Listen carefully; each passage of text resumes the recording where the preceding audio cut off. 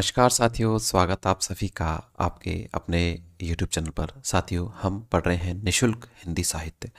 संपूर्ण हिंदी साहित्य हम निशुल्क ही पढ़ेंगे और इस वर्णनात्मक रूप के साथ साथ हमारी लाइव क्लास 8 बजे प्रश्नोत्तरी की भी चली हुई है। और आप हमारे साथ अभी तक नहीं जुड़े हैं तो इस हिंदी साहित्य को निशुल्क रूप से पढ़ने के लिए आप हमारे साथ चैनल को सब्सक्राइब करके जुड़ सकते हैं। साथियों, हम भक्ति काल के अंतर्गत जो है संत काव्य परंपरा को हम पढ़ चुके हैं और आज से हम प्रारंभ कर रहे हैं। जो प्रेमाश्रय काव्य तारा है उसमें जो सूफी काव्य है उसकी अपन चर्चा करेंगे। उससे जितने भी महत्वपूर्ण आपके जो कवि हैं उन सारे की चर्चा अपन करने का प्रयास करेंगे। तो साथियों, हमारे साथ आप जुड़ जाइए और स्टार्ट करते हैं अपनी आज की क्लास को।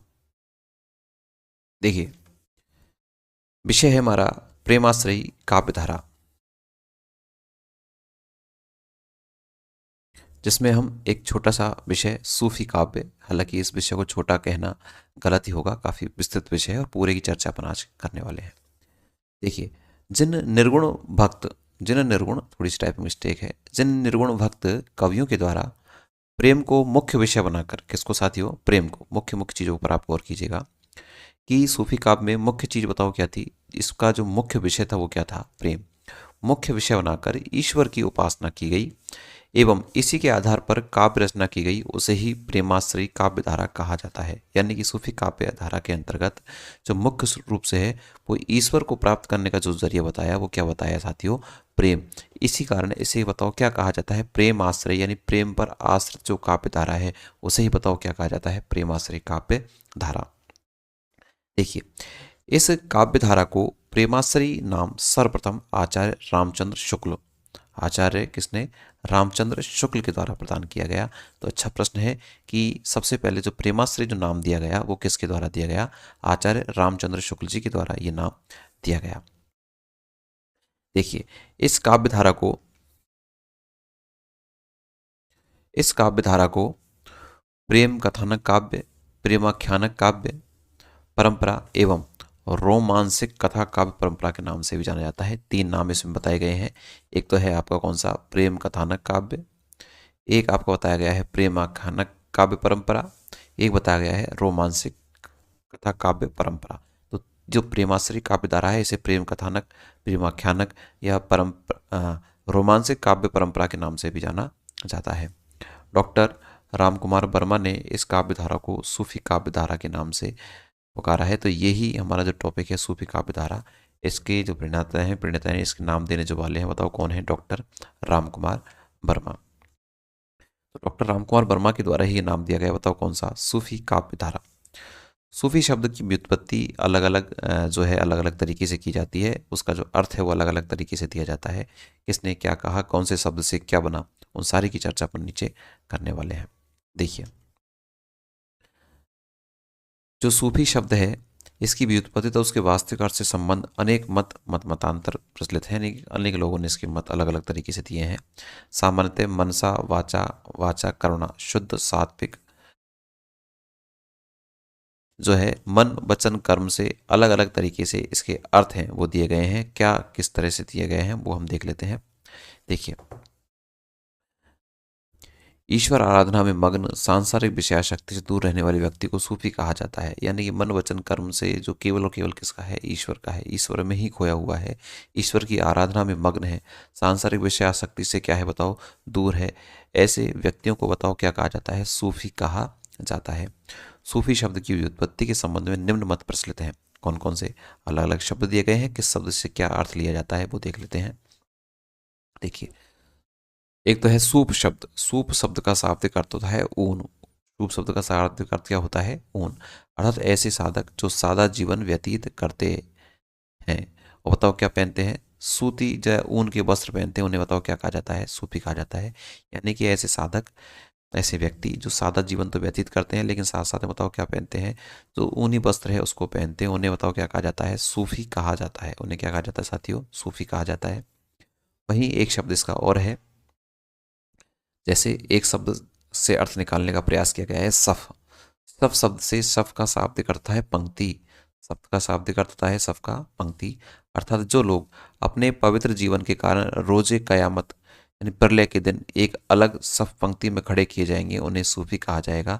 यानी कुछ अन्य लोगों से हटकर कुछ एक विशेष पंक्ति में जो लोग खड़े हो जाते हैं उन्हें बताओ क्या कहा जाता है, सूफी कहा जाता है। यानी विचारधाराओं के अनुसार अनेक मत जो प्रचलित हैं उनकी चर्चा अपन कर रहे हैं। एक शब्द है सूफा। सूफा शब्द से सूफा का शाब्दिक अर्थ होता है चबूतरा। सूफा का शाब्दिक अर्थ क्या है, चबूतरा। अर्थात मक्का में हजरत मोहम्मद द्वारा बनवाई गई मस्जिद के सामने स्थित सूफा पर बैठकर जो लोग ईश्वर भक्ति करते हैं उन्हें सूफी कहा जाता है। देखिए जैसे जितने लोग उतनी ही बातें होती हैं, जैसे अपन कहते हैं मुंडे मुंडे मतिर बिन्ना, की अलग अलग जो व्यक्ति हैं उनके अनुसार वो अलग अलग मत अपने देते हैं। वहीं यहाँ किसी ने इसका अर्थ सूप से निकाला है, किसी ने सब से निकाला है, किसी ने सूफा से निकाला है ना। इसके अलग अलग अर्थ जो हैं हम पढ़ने का प्रयास कर रहे हैं। साथियों ऐसे कुछ अर्थ हैं जो आपको हमेशा याद होने ही चाहिए। ये बात करें और भी कुछ शब्द हैं, देखिए सूफी शब्द से सूफी का शाब्दिक अर्थ होता है पवित्र। सूफी का शाब्दिक अर्थ क्या होता है, पवित्र।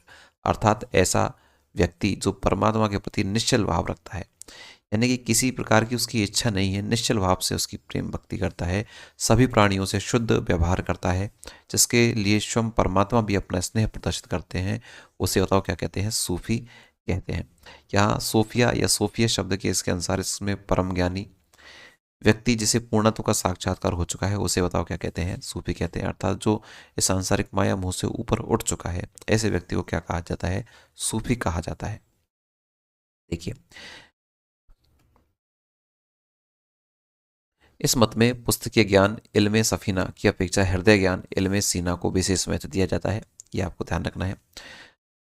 तसव्वुफ शब्द से इसके अनुसार परम सत्य का ज्ञान प्राप्त करने वाले व्यक्ति सूफी कहलाते हैं। तो अलग अलग के अनुसार अलग दिया गया है, आपको तो सीधा ध्यान रखना है।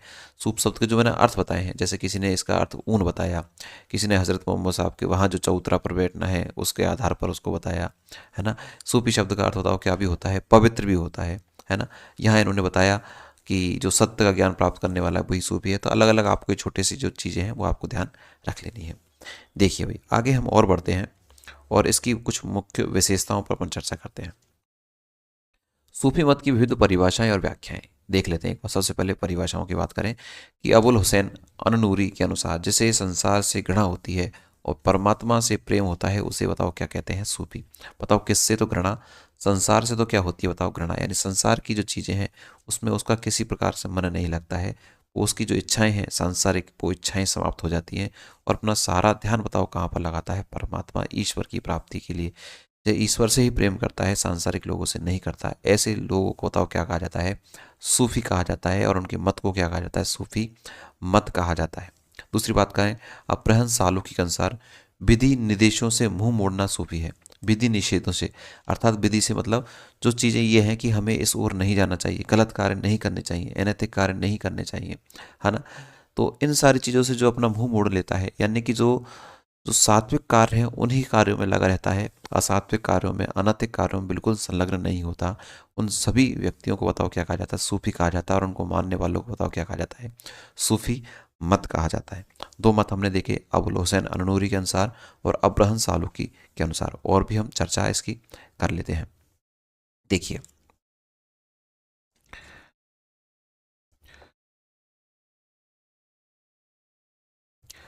नेक्स्ट है अबू सईद फजल्ला के अनुसार एकनिष्ठ भाव से परमात्मा में ध्यान लगाना ही क्या है, सूफी मत। नहीं, सारी चीज़ों को छोड़कर केवल और केवल एकाग्र मन से एकाग्र चित्त से किसकी ओर ध्यान लगाना, परमात्मा की ओर ध्यान, ईश्वर की ओर ध्यान लगाना, ईश्वर से प्रेम करना, ईश्वर में ही हमेशा खोया रहना, उसमें ही मग्न रहना, लीन रहना ही बताओ क्या है, सूफी मत है। ये किसका मत है बताओ, अबू सईद फजल्ला के अनुसार।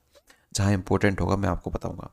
अबू बकर सिबली के अनुसार परमात्मा के अतिरिक्त किसी में मन केंद्रित न करना ही सूफी मत कहलाता है। यानी केवल वही बात है, बस शब्दों को लटफेर इन्होंने किया है।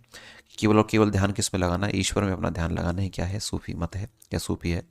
डॉक्टर बिमल कुमार जैन के अनुसार विधि विधानों से मुख मोड़ निखिल विश्व में व्याप्त इस शाश्वत तथा अमूल शक्ति की झलक सर्वत्र पाकर मुस्लिम साधकों ने जो रहस्य अभिव्यक्ति किए हैं उन्हीं के सामंजस्य का नाम क्या है, सूफी मत है।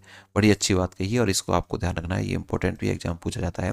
डॉक्टर बिमल कुमार जैन के अनुसार कि विधि विधानों से मुख मोड़ लेना, यानी कि संसार से क्या कर लेना, मुख मोड़ लेना, और अमूर्त शक्ति की झलक सर्वत्र पाकर, यानी कि अमूर्त शक्ति क्या है, वही ईश्वर है, परम सत्ता है, और मुस्लिम साधकों ने जो रहस्य अभिव्यक्त किए हैं, यानी एक तरह से रहस्यात्मक जो काव्य है वो इसी के अंतर्गत आते हैं।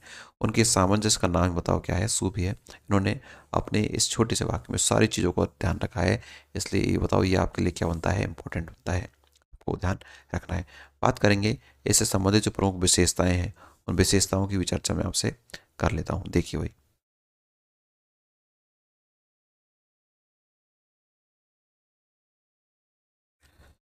इस काव्य धारा में नारी के अपूर्व शौर्य का वर्णन किया गया है। कौन सी काव्य धारा में? सूफी काव्य धारा में। कौन सी काव्य धारा सारी? सूफी काव्य धारा हम पढ़ रहे हैं, और इसका अर्थ हमने देख लिया है, और अर्थ से संबंधित महत्वपूर्ण जो विचारक हैं उनके अनुसार जो परिभाषा है उनको भी हम देख चुके हैं। यहाँ बात कर रहे हैं इसकी प्रमुख विशेषताओं की, कि इस काव्य धारा में नारी के अपूर्व शौर्य यानी उनकी वीरता का वर्णन किया गया है। इस काव्य धारा में भारतीय लोक संस्कृति व लोक जीवन का स्वाभाविक चित्रण भी किया गया है। सारी विशेषताएं इंपॉर्टेंट है, याद रखनी है, क्योंकि कई बार प्रश्न आता है इसकी प्रवृत्ति से कि निम्न में से कौन सी सूफी काव्य धारा की प्रवृत्ति नहीं है या उसकी विशेषता नहीं है। तो आपको ये जो चीज़ें हैं, जो इसका मूल है, अगर ये विशेषताएं आपको पता होगी तो आपको पूरी सूफी काव्य धारा ही पता है, इसका मतलब ये है। तो विशेषताओं को हमें अच्छे से देखना है। इस काव्य धारा में खंडन मंडन की प्रवृत्ति का अभाव पाया जाता है। खंडन मंडन से मतलब किसी चीज़ का विरोध करना, किसी के पक्ष में बोलना, इस चीज़ों से ये दूर है।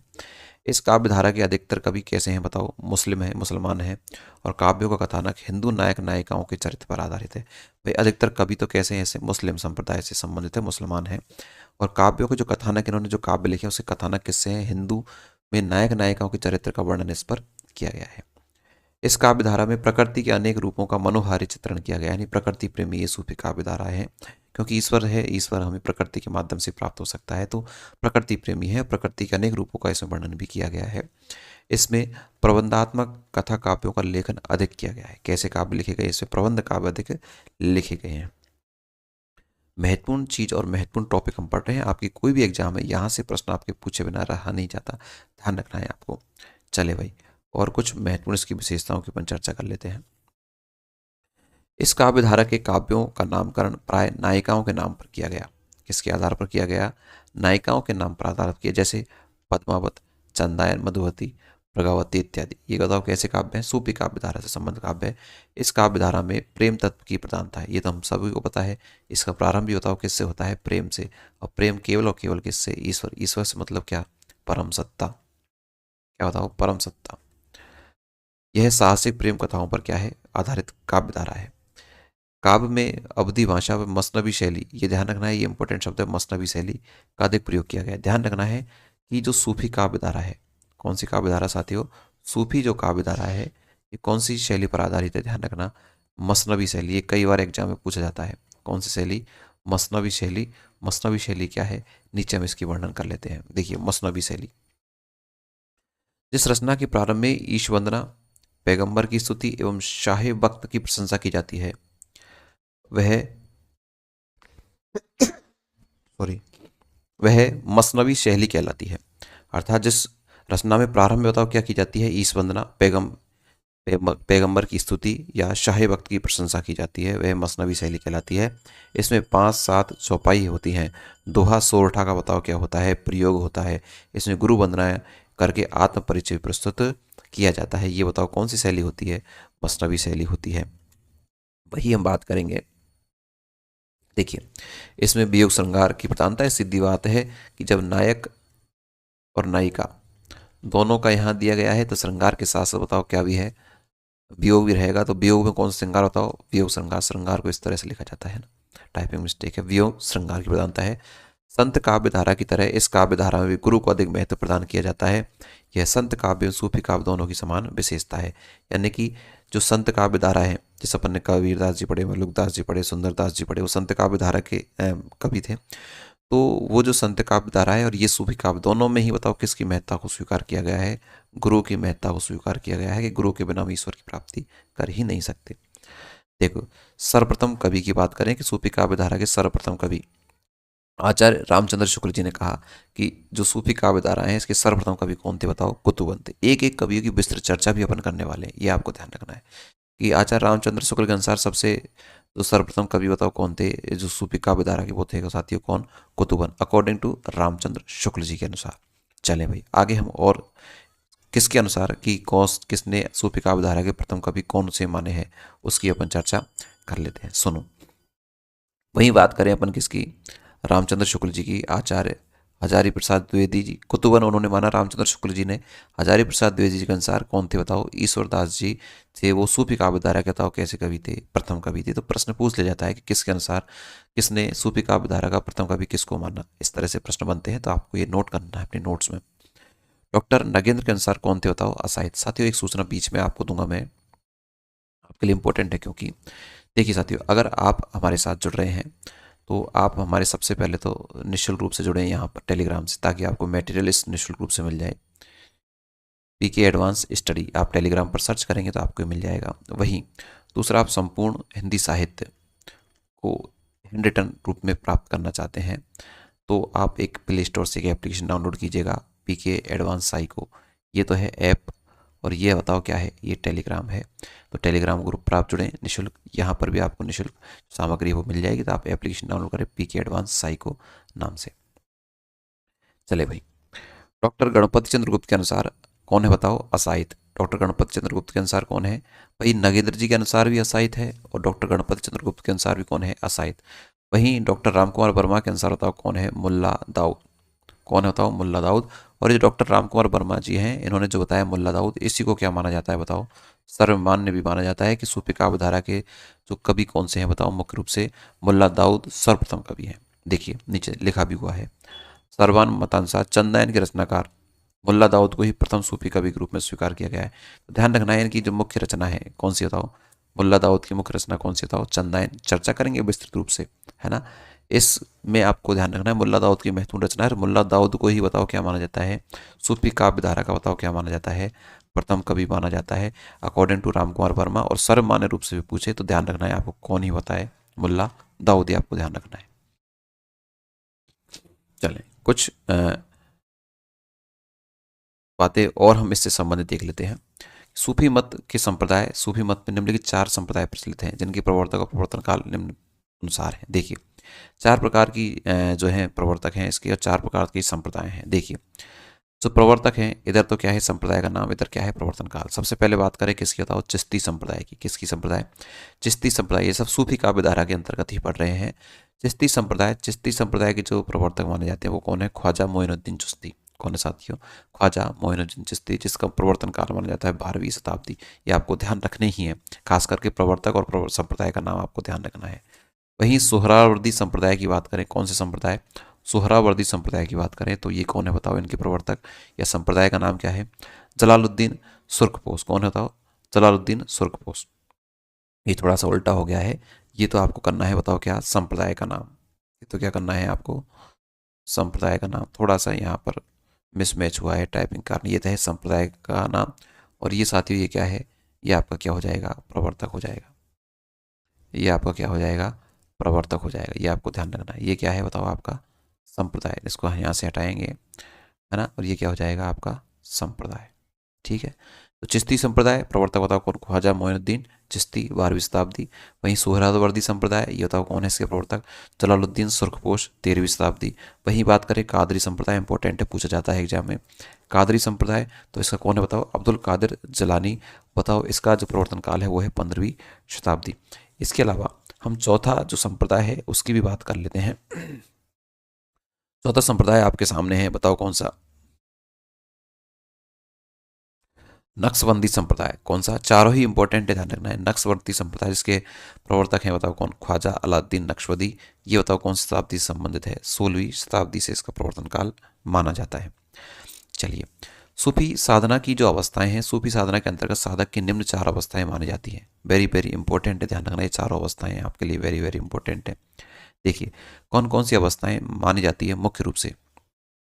एक तो है शरीयत, शरीयत को कहते हैं नासूत, धर्म ग्रंथों के विविध विधि निषेधों का सम्यक पालन करना, यानी कि जो धर्म ग्रंथ हैं उनका ऐसे कि ऐसे हेजिटेज बताओ क्या करना, पालन करना, उनको उनके आधार पर अपनी जीवन शैली में उनको अपनाना, अपने कर्मों में उन जो धर्म ग्रंथ बताए गए हैं धर्म ग्रंथ के अनुसार जो भी कर्म बताए उनको करना, बताओ क्या कहलाता है, शरीयत कहलाता है। वही बात करें तरीकत, ध्यान रखना इंपॉर्टेंट है, एग्जाम में प्रश्न पूछा जाता है शरीयत से तात्पर्य क्या है, तरीकत से क्या है, हकीकत से क्या है, मारिफत से क्या है, ये आपको याद रखना है। तरीकत मलकृत भी कहते हैं। शुद्ध हृदय से ईश स्मरण या ध्यान करना तरीकत कहलाता है। शुद्ध हृदय से किसका स्मरण करना, ईश्वर का स्मरण करना, उसका ध्यान करना ही बताओ क्या कहलाता है, शरीयत। यहाँ तो क्या है, जो विधि निषेधों का सम्यक पालन करना, कि जो बताए गए हैं धर्म ग्रंथों में कि ये कार्य हमें नहीं करने तो उन कार्यों को नहीं करना है, ये कार्य हमें करने हैं तो उनको करना है, वो तो क्या है आपका शरीयत। वही तरीकत में क्या है कि आपको केवल और केवल एकाग्र मन से बताओ किसका स्मरण करना है, ईश्वर का स्मरण करना है। हकीकत जबरूत इसको कहते हैं, भक्ति के प्रभाव से सत्य का सम्यक बोध होना, यानी कि ऐसी भक्ति करना जिससे हमें किसकी प्राप्ति हो जाए, सत्य की यानी मोक्ष की प्राप्ति हो जाए। मारिफत जिसे अपन लाहुत कहते हैं, कठिन व्रतों से प्राप्त सिद्धावस्था जिसमें साधक परमात्मा में लीन हो जाता है, किसमें लीन हो जाता है, ईश्वर में लीन हो जाता है। इस अवस्था में आत्मा यानी रूह बका यानी जीवन प्राप्त करती है। यानी कि ध्यान रखना है कि कठिन व्रतों से सिद्ध अवस्था को प्राप्त करना है, मोक्ष की प्राप्ति करनी है, और अपनी आत्मा को बताओ किस में विलीन करना है, परमात्मा में विलीन कर लेना है। चले आगे, चलो भाई कुछ और महत्वपूर्ण जानकारी इस सूफी जो है मत है उससे संबंधित महत्वपूर्ण जानकारी की चर्चा अपन करेंगे। विशेष तथ्य जानकारी देखिए, भारत में सूफी लोगों या सूफी मत का आगमन 12वीं शताब्दी में हुआ माना जाता है। कब, कौन शताब्दी में, कब आए थे सूफी, 12वीं शताब्दी में। सूफी मत का मेरुदंड बताओ क्या माना जाता है, ये शब्द को ध्यान रखना, प्रेम। सूफी संप्रदाय आएगा तो बताओ क्या जरूर आएगा, प्रेम। इसके अलावा सूफी मत में राबिया नामक एक कवियत्री भी हुई है। और सब में कभी कभी देखें, एक आपको मुख्य रूप से याद रखना है, कवियत्री। कवियत्री कौन थी बताओ, राबिया एकमात्र कवि थी सूफी जो है, जो मत है उसके अनुसार। समासोक्ति सूफी कवि को सबसे प्रिय अलंकार माना जाता है। कौन सा अलंकार, समासोक्ति। प्राचार्य शुक्ल ने पद्मावत पद्मावत जो काव्य को समासोक्ति उपनाम दे डाला है। इतना ज्यादा प्रयोग समासोक्ति अलंकार किया कि इसने नाम ही तो क्या दे दिया, समासोक्ति उपनाम। सूफी कवि मानवीय प्रेम, इश्क मजाजी को देवीय प्रेम, इश्क हकीकी की सीटी कहकर पुकारते हैं। ध्यान रखना है, एक चीज आपको ध्यान रखनी है, एक तो राबिया, क्या बताओ, राबिया। राबिया आपके लिए क्या है बताओ, इंपॉर्टेंट है। वहीं एक शब्द इंपॉर्टेंट है आपके लिए, बताओ कौन सा, प्रेम। राबिया ये इंपॉर्टेंट है। और बताओ क्या, समासोक्ति अलंकार का विशेष प्रयोग इसमें किया गया है। चलिए भाई आगे हम चर्चा करेंगे। और